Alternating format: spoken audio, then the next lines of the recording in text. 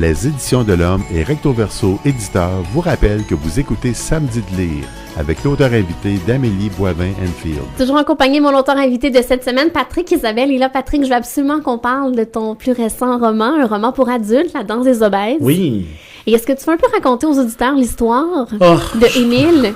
Tu veux pas? Je suis pas bon pour raconter ce roman-là. Je peux le raconter, mais même mon éditeur a fait un meilleur job que moi pour le résumer parce que je sais jamais par où commencer, puis par quoi commencer, puis c'est sur quoi, parce que c'est tellement un mélange de plein de choses. C'est un écrivain dans la trentaine. C'est un écrivain dans la trentaine, c'est ça. C'est le personnage d'Émile, en fait, qui, suite à une déception amoureuse assez intense, va un peu se laisser aller par la vie, puis il va manger, puis il va boire, puis il va prendre la drogue, puis il va finir par engraisser, puis engraisser, puis engraisser jusqu'à devenir très, très gros. Mais plus jeune, ses parents aussi voulaient...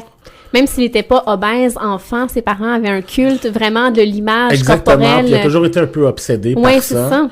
Puis il va finir par devenir, en fait, tout ce qu'il n'a jamais voulu être, puis tout ce qu'il a toujours eu peur d'être, puis il va devenir obèse, malgré lui. Puis à un moment donné, il va finir par... il va être engagé par une espèce d'artiste visuel un peu pété, super riche.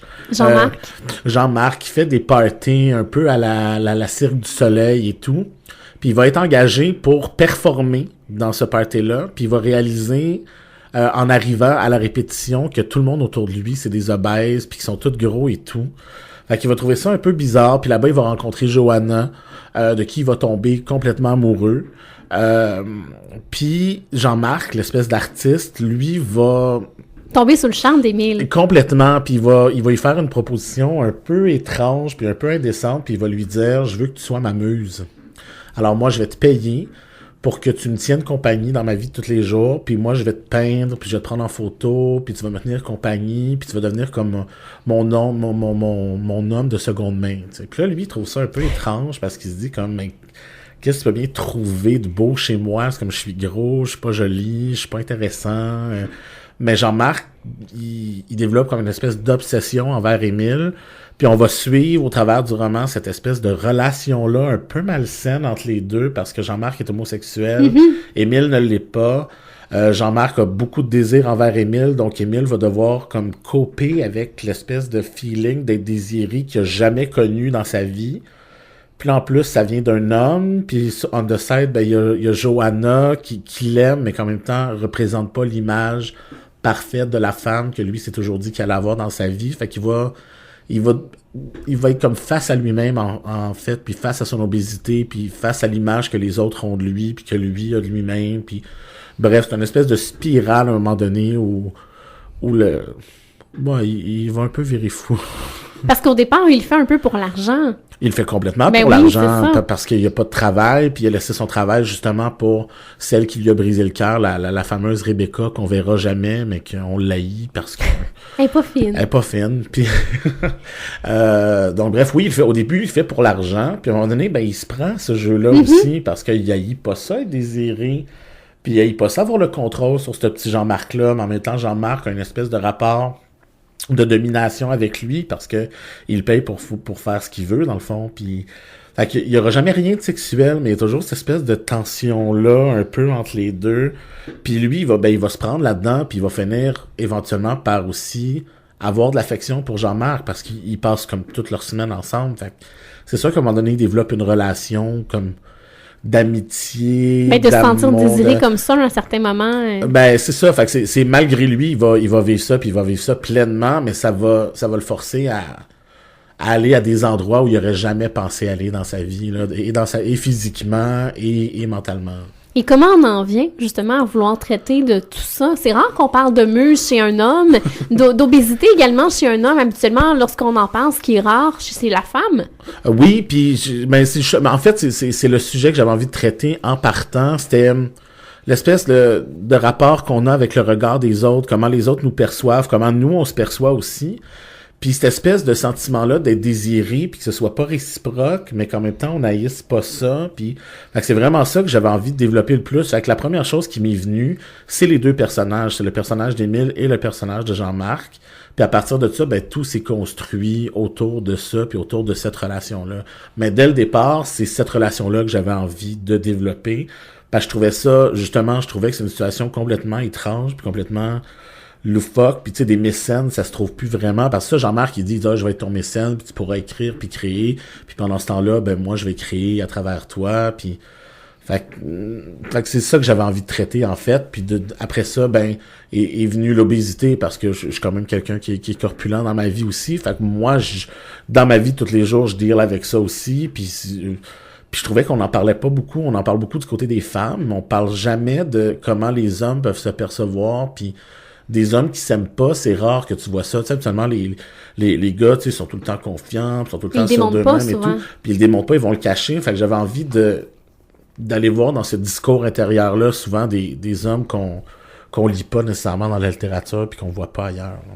Mais est-ce que le personnage d'Émile se rapproche de toi? Parce que t'es un gars dans la trentaine, t'es écrivain et tout. Ça se rapproche un peu de moi. C'est sûr que le parallèle est facile à faire parce que, justement, la prémisse est là.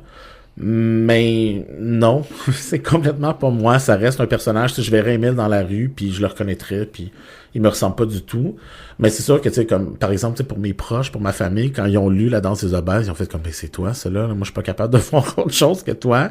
Puis au fur de leur lecture, ils se rendent bien compte que c'est pas moi, puis que je suis pas comme ça, puis que, tu sais, j'ai jamais été aussi, tu sais, j'ai jamais été désespéré à ce point-là, puis j'ai jamais consommé comme mon personnage consomme non plus. Mais c'est sûr que dans certaines facettes de son discours intérieur, puis sa relation avec le regard des autres et tout, moi, c'est quelque chose que j'ai déjà ressenti, puis c'est quelque chose que, tu sais, je suis pas quelqu'un qui s'est toujours trouvé très beau, puis qui s'est... Fait que ça, oui, ça vient de moi, puis c'est quelque chose que j'ai vécu, puis je pense que, comme n'importe quel écrivain, il faut que tu aies vécu certains sujets pour pouvoir l'exploiter à fond. Là. Et la couverture du livre, elle est vraiment accrocheuse. Je trouve que c'est vraiment une belle image par rapport au livre. Là. Ben, ça la représente bien, puis justement, tu sais, ça pourrait être une toile que Jean-Marc a fait complètement par rapport à Émile. Puis surtout à la fin, il y a une espèce de grande exposition où c'est Émile qui se retrouve partout sur les murs, en peinture, puis en photo et tout. Fait que je trouvais que ça rappelait ça aussi, parce qu'il y a plein de gens qui voyaient la couverture puis qui comprenaient pas trop d'où ça venait. Beaucoup de gens pensaient que c'était une femme avant aussi, de lire la 4e de couverture. Aussi, mais... Puis en même temps, les hommes qui sont obèses ont un petit côté très féminin aussi, puis très, tu sais, tout est dans les courbes, puis tout est dans... Puis c'est ça que Jean-Marc trouve beau, parce que Jean-Marc le trouve super beau, là, Émile, là, pour lui, là, c'est la quintessence de la beauté humaine, là. Fait que c'est... Non, la couverture, pour moi, puis justement, puis elle représentait aussi toute cette espèce de cafouillis intérieur auquel mon personnage, là, il fait face, là. Pour expliquer un peu aux gens, en fait, c'est un peu le profil d'une personne qui est bien enrobée et c'est rempli de fleurs. C'est rempli de fleurs à l'intérieur, puis il est comme dans une espèce de mouvement de danse et tout, parce que Jean-Marc va tout le temps demander à Émile, danse pour moi. Puis lui, il voudra pas, évidemment, parce qu'il a l'air de... Il a peur de se laisser aller, en fait, puis il a peur de quoi il va avoir l'air en dansant, parce qu'il dit, moi, je suis pas beau, je danse pas bien, je pourrais pas être beau, puis... Fait que c'est une espèce de laisser aller, puis c'est très libre, puis ça représente vraiment très très bien l'esprit du roman puis l'atmosphère du roman, je trouve. Les 2 premiers, c'était des romans jeunesse. Comment ça a été d'adapter son écriture pour les adultes? J'ai pas eu de misère. Ah non? Étrangement, je pense que mon style est relativement le même. Je pense que quelqu'un qui lit mes romans jeunesse puis qui lit mon roman adulte va retrouver le même style littéraire. C'est sûr que les sujets sont complètement différents. Mais en soi, ça l'a pas été... tu sais, j'ai pas eu de misère, puis je me suis pas dit, bon, ben là, je vais écrire un roman adulte, fait que je vais changer mon style, puis je pense que j'ai trouvé ma voix, comment j'écris, puis peu importe pour quel public j'écris, ça fait pas de grande différence. Surtout que, ben c'est sûr que écrire pour les plus petits, mon écriture changerait un peu, tu sais, parce que présentement, je suis en train de travailler sur un projet pour les plus jeunes, pour les 8-9 ans. Puis c'est sûr que là, je dois changer un peu mon écriture, puis le niveau et tout.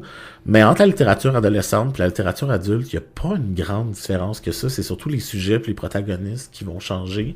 Fait que la ligne est très, très mince entre la littérature, pour moi, du moins, entre la littérature adolescente et la littérature pour adultes. Même moi, quand j'étais adolescent, je lisais des romans pour adultes, puis je voyais pas nécessairement la différence entre les deux. Là. Des fois, c'est plus le propos qui change. C'est ça, c'est le propos, c'est les personnages et tout. Fait que c'est sûr que quand t'écris pour les jeunes, ben tu vas essayer d'y aller plus dans l'esprit des adolescents, puis dans ce qu'ils vivent, puis dans leur quotidien, parce qu'ils vivent pas pantoute les mêmes choses que nous. Non. Mais Mais point de vue de l'écriture, ça l'a pas été, ça l'a pas fait de différence pour moi. Et en ce moment, tu travailles sur quoi?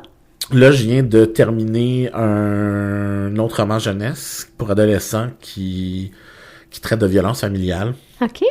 Mais c'est très très différent là, c'est pas lourd, c'est pas c'est un peu plus de suspense, plus d'intrigue, mais c'est sûr qu'à travers ça, je traite de violence familiale là, qui est quand même pas un sujet Facile. c'est très facile, mais je le traite de façon assez bien, je pense, puis assez ouverte, puis j'ai des beaux personnages, mon personnage de Camille que j'adore. Puis là, j'entame le deuxième volet puis le troisième volet de mon triptyque que j'ai commencé avec eux. Mon roman sur l'intimidation, parce qu'il va y avoir un deuxième puis un troisième livre, là, qui va pouvoir se lire indépendamment. Là, c'est pas une suite directe, mais les trois ensemble pourraient former un seul et même roman. Et tantôt, tu parlais d'un roman pour plus jeunes, pour les enfants de 8 ans. Ouais, ça c'est en développement. Ah, ça. OK. D'accord. Mais si tu Oui. me permets, Patrick, on s'arrête et là, on va parler dans les prochains instants de ton coup de cœur littéraire. Good.